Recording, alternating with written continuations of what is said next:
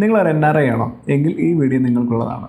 NRIസിൻ്റെ ഇന്ത്യയിലുള്ള ഡെപ്പോസിറ്റ്സിൻ്റെ മേലിൽ അതിൽ ഇൻട്രസ്റ്റ് ചേഞ്ച് ചെയ്യുമ്പോൾ ബാങ്ക് ഡിഡക്റ്റ് ചെയ്യുന്ന ഏകദേശം 20% TDS ആണ്. പലരും ഇത് ആക്ച്വലി മിസ്സാവാറുണ്ട്. നിങ്ങളുടെ അക്കൗണ്ടിൽ ക്രെഡിറ്റ് ആകുന്ന എമൗണ്ട് മാത്രമായിരിക്കും നിങ്ങൾ ശ്രദ്ധിക്കുന്നത്.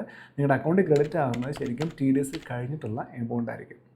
ഈ TDS നിങ്ങളുടെ ഇൻകം ടാക്സ് പോർട്ടലിൽ ക്രെഡിറ്റ് ആയിട്ട് നിലനിൽക്കുകയും ചെയ്യും. ഈ TDS നിങ്ങൾക്ക് തിരിച്ചെടുക്കാമെന്നുള്ള കാര്യം നിങ്ങൾക്ക് അറിയാമോ?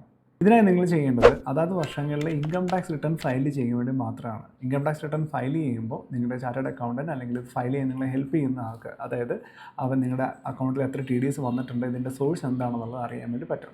ആ TDS വെച്ചിട്ട് നിങ്ങൾക്ക് ഇന്ത്യയിലെ വേറെ ഇൻകം ഒന്നുമില്ല, ടാക്സബിൾ ഇൻകം ഒന്നുമില്ല എന്നുണ്ടെങ്കിൽ ഈ TDS എല്ലാം തന്നെ നിങ്ങൾക്ക് നിങ്ങളുടെ അക്കൗണ്ടിലേക്ക് റീഫണ്ടായിട്ട് എടുക്കാവുന്നതുമാണ്.